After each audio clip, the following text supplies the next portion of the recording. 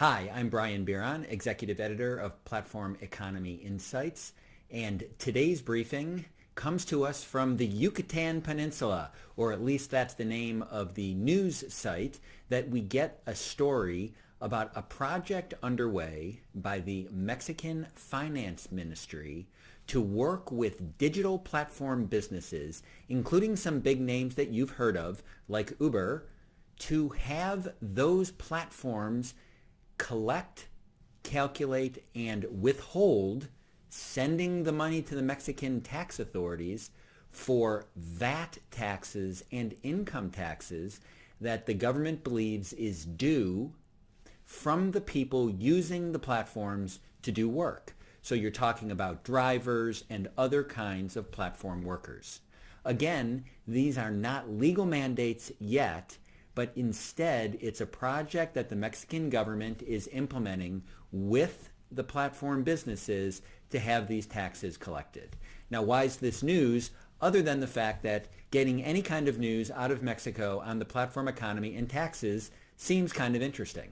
Well, what we have here is evidence that tax collection by digital platforms is a truly global trend.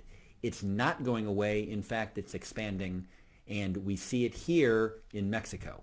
Secondly, we need to think about it as something where governments would prefer to find cooperative arrangements with the platform businesses because, as we know, in the digital space, many times the services cross borders.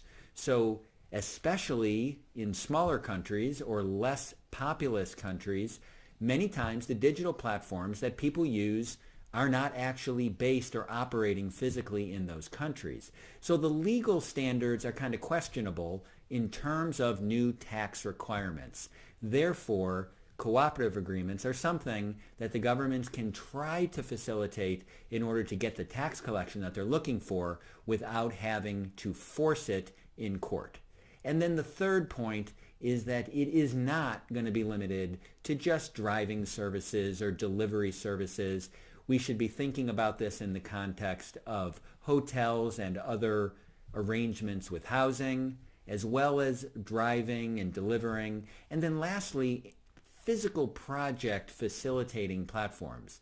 Digital work, much harder to track and tax, but physical work is much easier to impose local taxes because the work is being done locally.